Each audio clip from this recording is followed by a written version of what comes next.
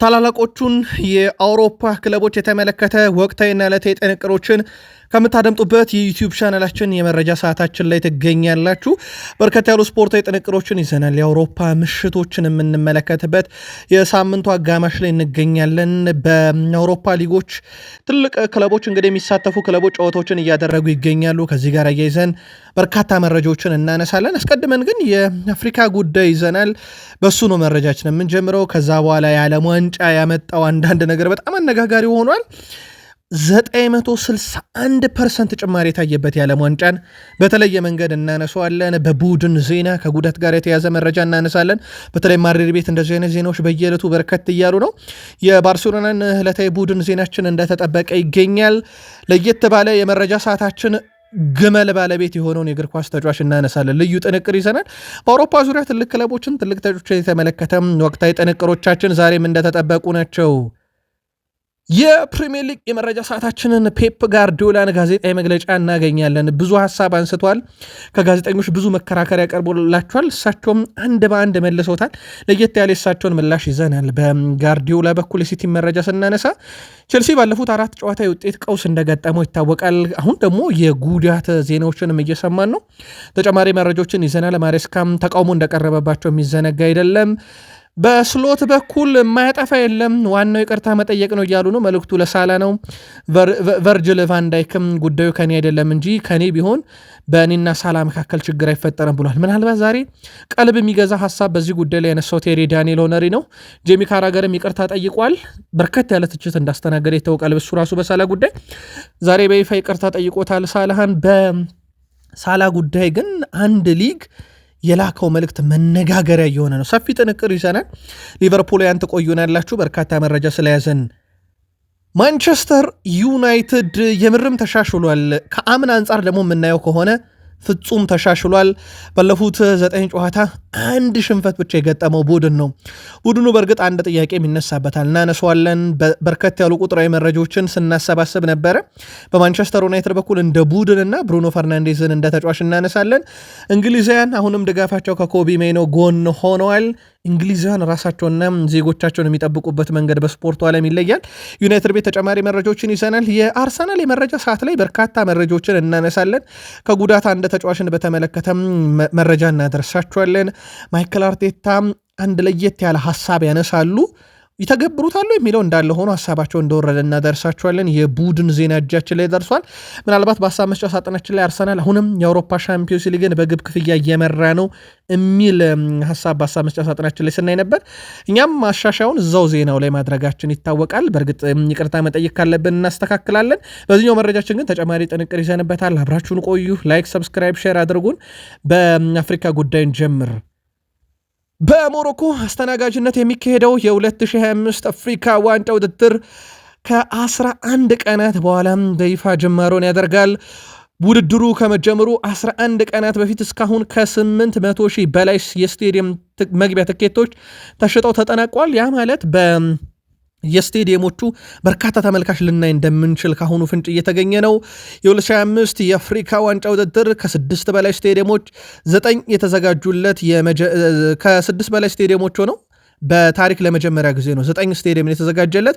4 ቅንጡ ባለ 5 ኮከብ ሆቴሎች እንደ ዋና መቀመጫ የሚጠቀሙም የመጀመሪያ ደረጃ ሆቴሎች ናቸው። ለሁሉም ቡድኖች የራሳቸው የለመመደ ሜዳ ያዘጋጀ የመጀመሪያው አፍሪካ ዋንጫ ውድድር በሞሮኮ ይካሄዳል። የውድድሩ አዘጋጅ ሀገር ሞሮኮ የምታደርጋቸውን የምድብ ጨዋታ እንዲሁም ጥሎ ማለፍ ትኬቶች ተሽጠው ተጠናቀዋል። በተጨማሪም አልጄሪያ የምድብ ጨዋታና 16 ውስጥ ጨዋታ ትኬት ተሽጦ አልቋል።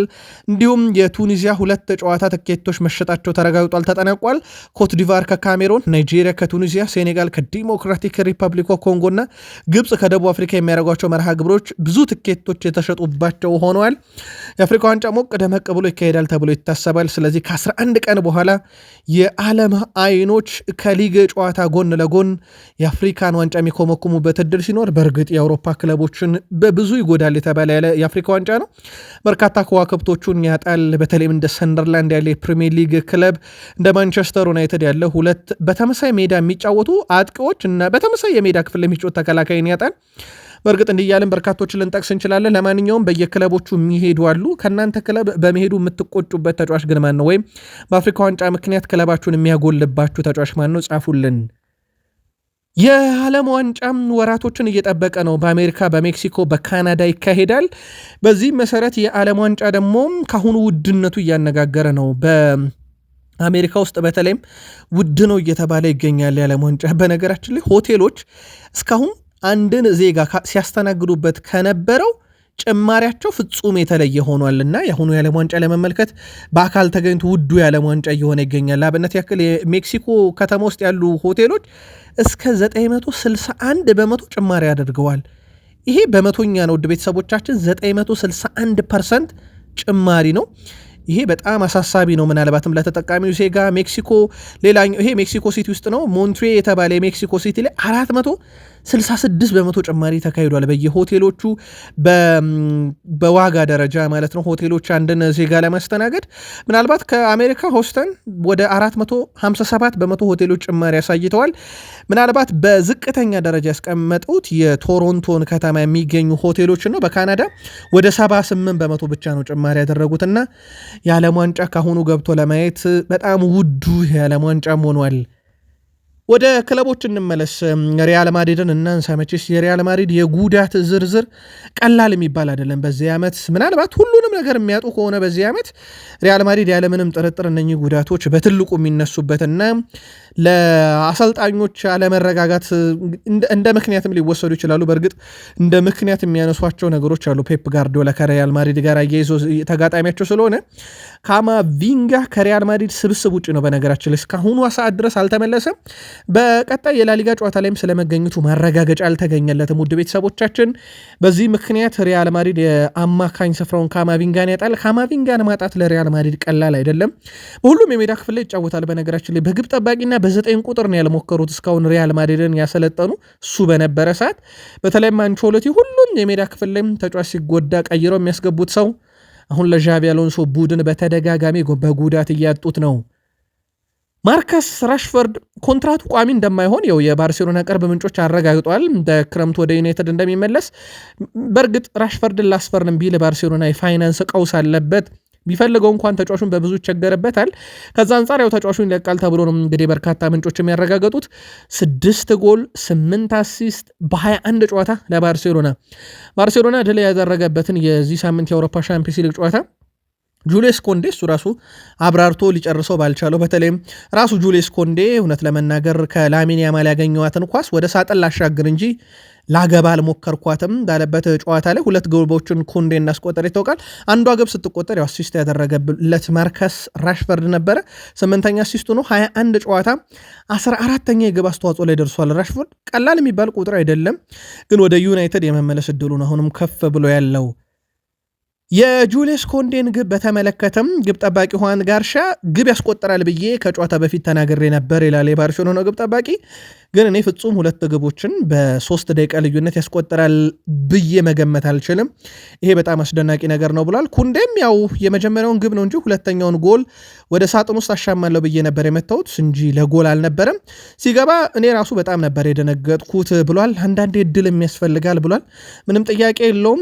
እግር ኳስ ውለታ አታውቅም ይባላል፣ ወይም በእግር ኳስ ውለታ የለም። በእግር ኳስ ውለታ ቢኖር ኖሮ ምናልባትም ባሊዮን ዶር የሚገባቸው ብዙ ተጫዋቾች ነበሩ፣ ወይም ዋንጫ የፍጻሜን ጨዋታ ማሸነፍ የነበረባቸው ብዙ ከዋክብቶች ነበሩ። ግን እድለኛ አልነበሩም እነኛ ከዋክብቶች። ምናልባትም በሽርፍራፊ ሰከንድ በተቆጠረች ግብ ዋንጫን ክብሮችን አጥተው ሊሆን ይችላል። ኩንዴም እግር ኳስ ላይ አንዳንድ ጊዜ እድልም ያስፈልጋል ብሏል። ሃንሲ ፍሊክ ባርሴሎናን ከተረከቡ በኋላ ምናልባት የዘንድሮ የውድድር ዓመት አጀማመር አካባቢ የተወሰነ መንሸራተት ቡድኑ አሳይቶ ነበር። በእርግጥ ከጉዳት ጋር በተያዘ ከዋክብቶቹን አጥቶ ነበር።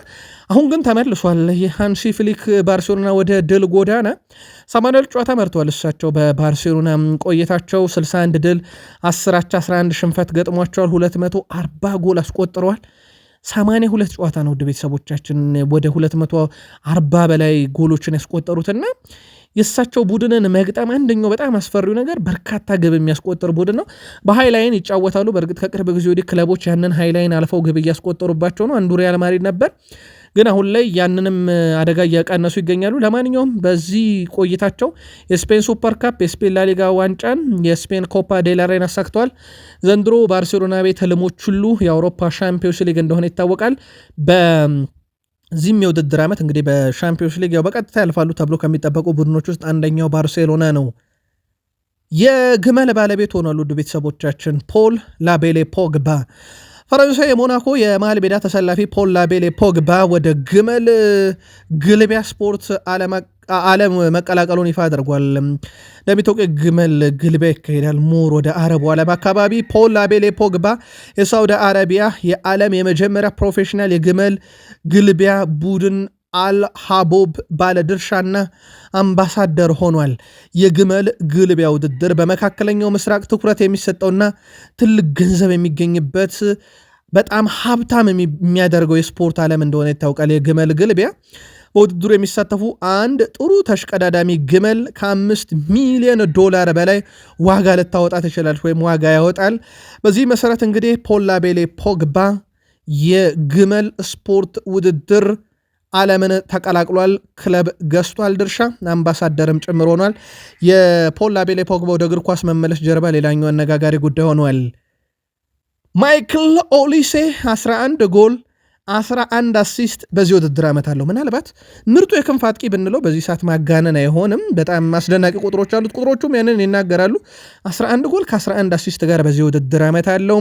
በአውሮፓ አምስቱ ታላላቅ ሊጎች በሁሉም ውድድሮች 2025-26 የውድድር ዓመት ከገባም በኋላ 11 አሲስቶች ያበረከተ ብቸኛው ተጫዋች ነው። ቀዳሚውም ነው ፔረ ኤምሪክ ኦባሜያንግ 9፣ ላሚን ያማል 9፣ ማርከስ ራሽፈርድ 8፣ ቪታኒያ 8 አሲስቶችን በሁሉም ውድድሮች 2025-26 ከገባ በኋላ አበርክተዋል። የማይክል ኦሊሴ በአሲስትም ይበልጣቸዋል በአውሮፓ አምስቱ ታላላቅ ሊጎች። ከዛ ደግሞ ሲደመር 11 ግብ አለው። ለየት የሚያደርገው ቁጥር ነው። በርካቶች ምናልባትም በክለቦቻቸው ውስጥ የቀኝ መስመር ላይ የሚጫወት በግራ እግሩ አጥቂን እንደ ምርጫ ቡድናቸው ቢያካትትላቸው እጩ ቢሆን የሚመኙት አይነት ተጫዋች ሆኖ በርካቶችም እንደውም ከሰሞኑ በሀሳብ መስጫ ሳጥናችን ላይ ስሙን ሲጽፉልን ነበር። እዛው ባየር ሙኒክ ቤት ከቆየ አልፎንሶ ዴቪስ ከ9 ወራት በኋላ ለመጀመሪያ ጊዜ ወደ ባየር ሙኒክ ስብስብ ተመልሷል። በአልፎንሶ ዴቪስ በኩል ወደ ሪያል ማድሪድ ያመራል ከተባለ በኋላ በዛው ኮንትራቱን ቢፈርምም በጉዳት ምክንያት ያለፉትን 9 ወራት አላየነውም ነበር። ባለፈው ዓመት ማድሪድ በሆነ ራሱ እሰናበት ነበር ብሏል ፔፕ ጋርዲዮላ። በሲቲ የገጠማቸውን ቀውስ እሳቸው ማድሪድ ቢሆን ኖሮ ያን ቀውስ የገጠመኝ እሰናበት ነበር ብለዋል።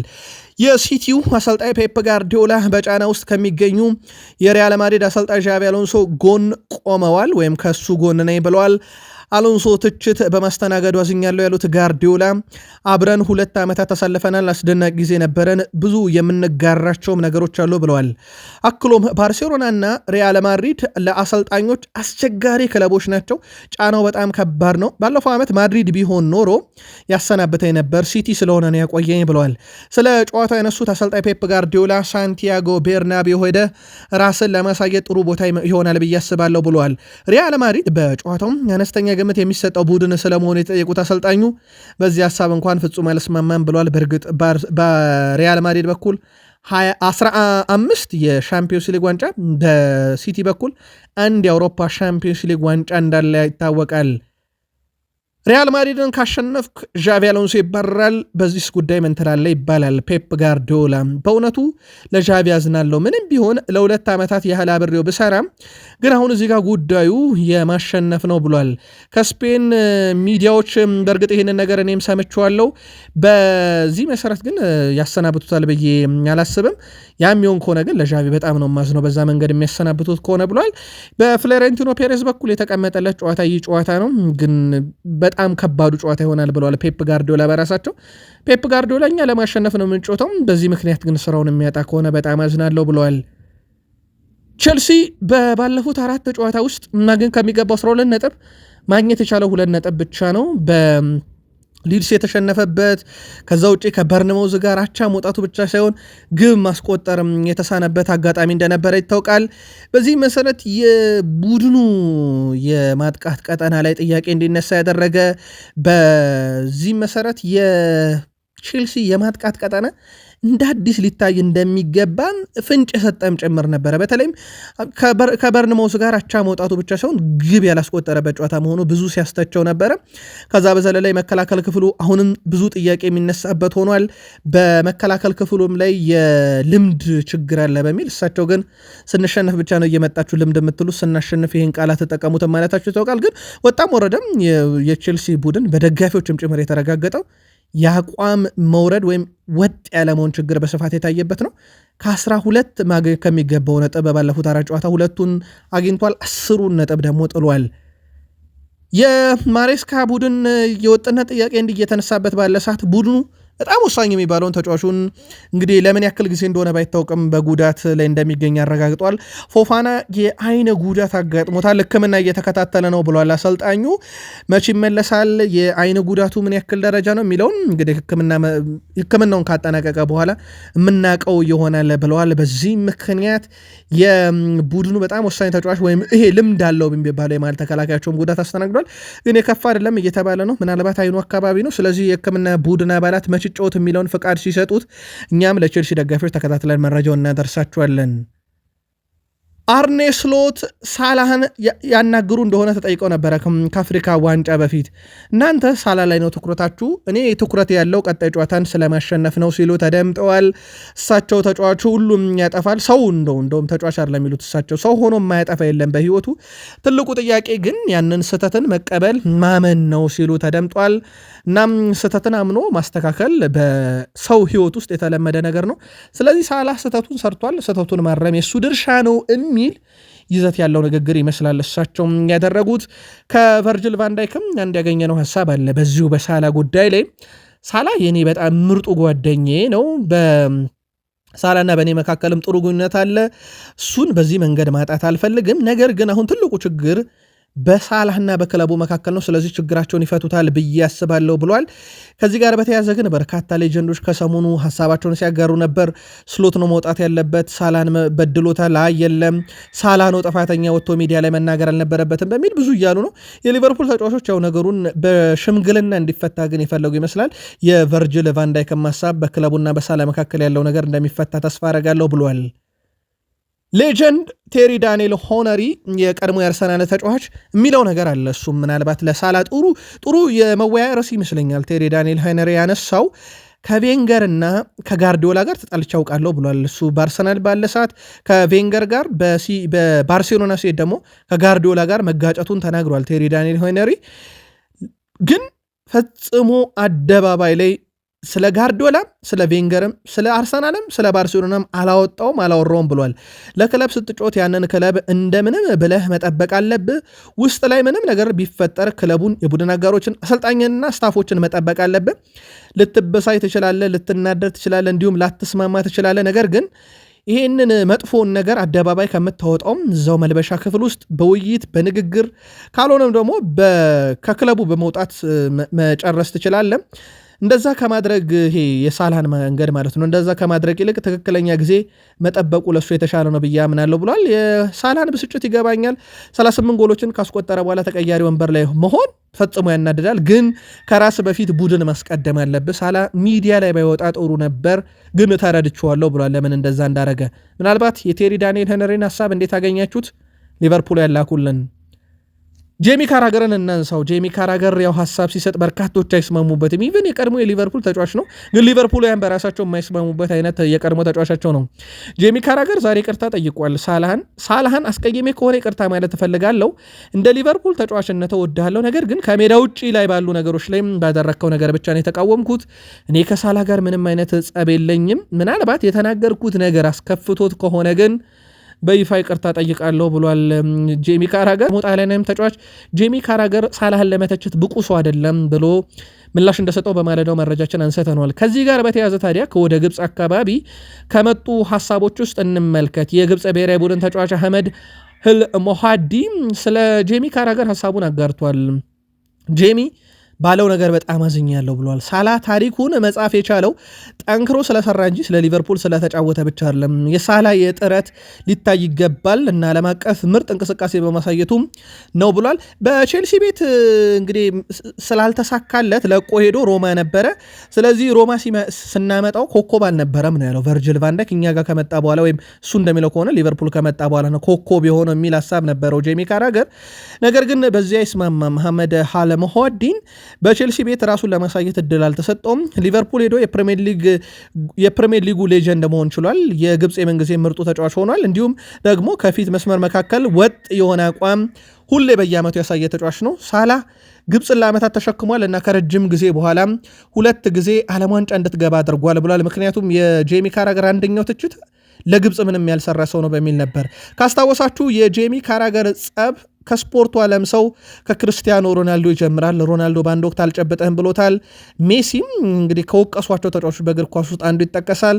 ሞሪኒዮ ጄሚ ካራገር ከምርጥ 1000ዎች ውስጥ ይገኛል ያሉት። ምናልባት በአንድ ውድድር ውስጥ 1000 ተጫዋች ሊገኝ ይችላል። አብነት ያክል የፕሪሚየር ሊጉ ክለቦች 38 ናቸው። 1000 ተጫዋች አይሞሉም ብንደምራቸው። እነኚህ ተጫዋቾች እንግዲህ በ1000 የማይሞሉ ተጫዋቾች ውስጥ እሱን 1000ኛ ብሎታልና ያም ትክክል ነበር ብሏልና ስለዚህ ይህንን በሞሪኒዮ ከ1000 ምርጥ የተባለ በሮናልዶና በሜሲ የተወገዘ ሰው ሳላህን መናገር አይችልም ብሎ ወቅሶታል። የጣሊያን ሴሪኤ ደግሞ ዛሬ በማህበራዊ ትስስር ገጻቸው ያደረጉት ነገር በጣም አስገራሚ ነው። እኛ ለሌጀንዶች ክብር እንሰጣለን፣ ለሳላ ክብር አለን ብለዋል። ምክንያቱም በሮማ ተጫውቷል። ያው ነገሩን ለማባባስ ይመስላል እንጂ ይሄ ነገር በሳላና በሊቨርፑል መካከል ያለውን ነገር ያበርዳል ተብሎ አይታሰብም። ሳላ በሴሪኤ ተጫውቶ ያለፈ ተጫዋች ነው በማለት ከሳላ ጎን መቆማቸውንና ሳላ ክብር ይገባዋል እያለ ነው የጣሊያን ሴሪኤ በራሱ። ነገሩ አሁን ከሚዲያ አልፎ ክለቦች ጋር ደርሷል ማለት ነው። ይህ ነገር እንዴት ይፈታል? ምናልባት በዚህ ሳምንት በሚደረግ ጨዋታ ላይስ እውን ስሎት በስብስባቸው ውስጥ ያካቱታል? የመጨረሻ ጨዋታ ነው ከአፍሪካ ዋንጫ በፊት። እንዴት ይሆናል የሚለው ነገር በትልቁ ይጠበቃል። ምናልባት ስሎት በቡድን ውስጥ እንግዲህ ድጋፍ አላቸው በቦርዱ። ያው ቦርዱ ነው የቀነሰው በዚህ ሳምንት ሳላን። አርኔ ስሎት ሊቨርፑልን ማሰልጠን ከጀመሩ በኋላ 80ኛ ጨዋታቸውን ያደረጉት በዚህ ሳምንት በኢንተሩ ጨዋታ ድል ሲያደርጉ 50 ድል አድርገዋል። 82 አቻ 18 ሽንፈት ገጥሟቸዋል። ምናልባት የኢንተሩ ጨዋታ ፍጹም ቅጣት ምቱ አሁንም እያከራከረ ነው። ይገባል አይገባ የሚለውን ግን ለእናንተን ቶ ፍጹም ቅጣት ምቱ ግን በብዙ እያከራከረ ይገኛል። የማንቸስተር ዩናይትድ የውድድር ዓመት ከአምና አንጻር ካየነው ፍጹም ተሻሽሏል። ዘንድሮ ምናልባትም ደግሞ ፉክክርም አንጻር ካየነው በፕሪሚየር ሊጉ ሁሉም ወደ ተፎካካሪነት የመጡበት የአውሮፓን ትኬት ለመቁረጥ ብዙዎች እየታገሉ ያሉበት ነው። ዩናይትድ ግን ፍጹም ተሻሽሏል በብዙ መንገድ። ለአብነት ያክል አንድ ማሳያ እንውሰድ። ባለፉት 9 ጨዋታ ዩናይትድ አንዴ ነው የተሸነፈው። እሱም በኤቨርተን 1-0 የተሸነፈበት ጨዋታ ነው። ከዛ ውጪ ዩናይትድ ባለፉት 9 ጨዋታ ሽንፈት የሚባል ነገር አልገጠመውም። በ5 ጨዋታ ድል አድርጓል። 3 ጨዋታ አቻ ወጥቷል። 1 ጨዋታ ብቻ ተሸንፏልና ዩናይትድ ወጥ ስለመሆኑ በትክክል ማሳያ ተደርጎ ሊወሰድ ይችላል። በውድድር ዓመቱ ምናልባትም ዩናይትድ ቶፕ 4 ውስጥ ሆኖ አሊያም ዘንድሮ የአውሮፓ ሻምፒዮንስ ሊግ ምን ያህል ኮታ ፕሪሚየር ሊግ ይዞ ያጠናቅቃል የሚለው ይጠበቃል። በብዛት ግን 5 ድረስ አሁን ማሳተፍ ጀምሯል። ያንን ኮታ ማግኘት የሚችልበት እድል አሁንም ማንቸስተር ዩናይትድ እጅ ላይ ያለ። በእርግጠኝነት ያለምንም ጥርጥር ዩናይትድ ከአምናው አንጻር ካየነው አስደናቂ የውድድር ዓመት እያሳለፈ ነው ማለት ይቻላል። ቁጥሮችም ያው ቁጥር ስለማይዋሽ ቁጥሮችም የዩናይትድን ከአምና መሻሻል በብዙ እያሳዩ ይገኛሉ። በዚህ ሲዝን በአውሮፓ 5 ታላላቅ ሊጎች ውስጥ ከሚጮህ ተጫዋቾች ውስጥ ከብሩኖ ፈርናንዴዝ በላይ የግብ ዕድል መፍጠር የቻለ ተጫዋች አንድ ብቻ ነው። በነገራችን ላይ የሪያል ማድሪዱ ኮከብ ኬሊያን ምባፔ 47 የግብ ዕድሎችን በመፍጠር በአውሮፓ 5 ታላላቅ ሊጎች ውስጥ ቀዳሚ ተጫዋች ነው። በአንደኝነት የተቀመጠው እሱ ነው። ብሩኖ ፈርናንዴስ 45 አለው። ስለዚህ በፕሪሚየር ሊግ ቀዳሚ ነው። እሱን የሚስተካከለው የለም። በአውሮፓም ዙሪያ ወጣ ብለን ብናይ በሪያል ማድሪድ ኮከብ ኬሊያን ምባፔ ይበለጣል። ምናልባት በወጥነት ብቃት ካየን ኬሊያን ምባፔም ሪያል ማድሪድ በተሻለ መንገድ ይገኛል። አሁን የላሊጋው ሁለተኛ ቡድን ነው። ረጅም ጊዜ ላሊጋውን ሲመራ የነበረ ነው። በሪያል ማድሪድ ያለው የራስ መተማመን በቡድን ውስጥ ከፍ ያለ ነው። በዛ ቡድን ውስጥ ተገኝቶም ብሩኖ ብዙ የሚተቸው ማንቸስተር ዩናይትድ ውስጥ 2 ብቻ ነው የሚያንሰውና የብሩኖ የጥራት ደረጃ ምን ያህል ከፍ እያለ እንደመጣም እድሜው ጨመረ ቢባልም ግን አሁንም ለዩናይትድ ቁልፉ ሰሱ መሆኑን ማሳያ ቁጥር ተደርጎ ሊወሰድ ይችላል። ብሩኖ ሚጌል ፈርናንዴስ ማንቸስተር ዩናይትድን ከተቀላቀለ መንስቶ በፕሪሚየር ሊጉ በጨዋታም በአማካኝ ከፍተኛ ሬቲንግ በማግኘት ቀዳሚ ተጫዋች ይሆናል። 2020 ላይ በጥር ዝውውር መስኮት ነበረ ዩናይትድን የተቀላቀለው። ክረምት ላይ ስፖርቲንግ አልሸጠውም ብሎ ነው። ሁስኮርድ ታዲያ ዩናይትድን ከተቀላቀለ ጊዜ ጀምሮ በአማካይ በጨዋታ 7.33 ሬቲንግ ያገኛል። ይሄ በፕሪሚየር ሊጉ አንድም ተጫዋች ጋር የለም ብሏል። እሱ መጫወት ከጀመረ ጊዜ ጀምሮ የብሩኖ ቁጥር እንዲህ እያልን ዘርዝረን አንጨርሳቸውም። በጣም አስደናቂ ተጫዋች ነው። ምናልባት ዩናይትድ በዚህም ዓመት እሱን ማቆየቱ በጣም እድለኛ ያደርገዋል። ካስታወሳችሁ ወደ ሳውዲ አረቢያ በ100 ሚሊዮን ፓውንድ ወደ አሊላል በክረምት ያመራል ተብሎ መረጃዎች ሲወጡ ነበር። ዩናይትድም የመጨረሻ ውሳኔውን ለብሩኖ ትቶለት ብሩኖ የለም ወደዛ ከማመራ በዩናይትድ እንግዲህ ዋንጮችን ማሳካት እፈልጋለሁ ብሎ ቀርቶ ነው። መቅረቱ እንዴት እንደጠቀመው ዩናይትድን በዚህ ዓመት ያለው ቁጥር ብቻ ማሳያ ተደርጎ ሊወሰድ ይችላል። እንግሊዛውያን በተጫዋቾችም ደጋፊዎችም እዛው ያሉ የዩናይትድ ደጋፊዎችም በቴሌቪዥን መስኮት ሁሉ የቀረቡ እንግሊዛውያን ሁሉ ዩናይትድን ደገፉም አልደገፉም ከኮቢ ማይኖ ግን ጎን ናቸው። ምክንያቱም ፖርቱጋላዊ ሰው በዩናይትድ ኮቢ ማይኖን እንደማያጫውቱት ይታወቃል። ስለዚህ የዩናይትድ ደጋፊዎች ብቻ አይደሉም፣ በእንግሊዝ ውስጥ ያሉ እንግሊዛውያን በሙሉ ከኮቢ ሜኖ ጎን ቆመዋል። የቀድሞ የማንቸስተር ዩናይትድ እንግሊዛዊ ሪዮ ፈርዲናንድ አንደኛው ማሳያ ነው። በዚህ ወቅት ከእንግሊዛዊ አማካይ ኮቢ ሜኖ ጎን ነኝ ብሏል። በወልቭሱ ጨዋታ ኮቢ ተቀይሮ ሲገባ ደጋፊዎች ላሳዩት ድጋፍ አመሰግናለሁ ብሏል። ምክንያቱም በሞሉኒክስ ኮቢ ሜኖ ወደ ሜዳ ሲገባ አንድ የዩናይትድ ትልቅ ሌጀንድ የሚገባ ነበር የሚመስለው። ሙሉ ስቴዲየም ወይም ሙሉ ስላችሁ የዩናይትድ ደጋፊ የሆነ ሙሉ ስቴዲየም ውስጥ ቆሞ ነው ያጨበጨቡለት። በወልቭሱ ጨዋታም ኮቢ ተቀይሮ ሲገባ ያንን በማሳየታቸው ነው ያመሰገነው። ኒክበት እና ፖል ስኮልስ በኮቢ ዙሪያ ከሰሞኑ ሲያደርጉ ከነበረው ውይይትም ተመልክታችሁ ከሆነ ሪዮ ፈርዲናንድም አይቼዋለሁ ብሏል። ስኮልስ መልቀቅ ነው ያለበት ማለቱ ይታወቃል። እኔም ከነርሱ ተመሳሳይ የሆነ ሀሳብ ነው ያለኝ ብሏል። በዚህ ወቅት ኮቢ ጎን ነኝ፣ እኔ በእርሱ ቦታ በሆን ክለቡን እለቃለሁ፣ ምክንያቱም ለእርሱ ለክለቡም የሚሻለው ይሄ ነው ብሏል። ፖል ስኮልስም ዩናይትድን መልቀቅ አለበት እያለ ነው።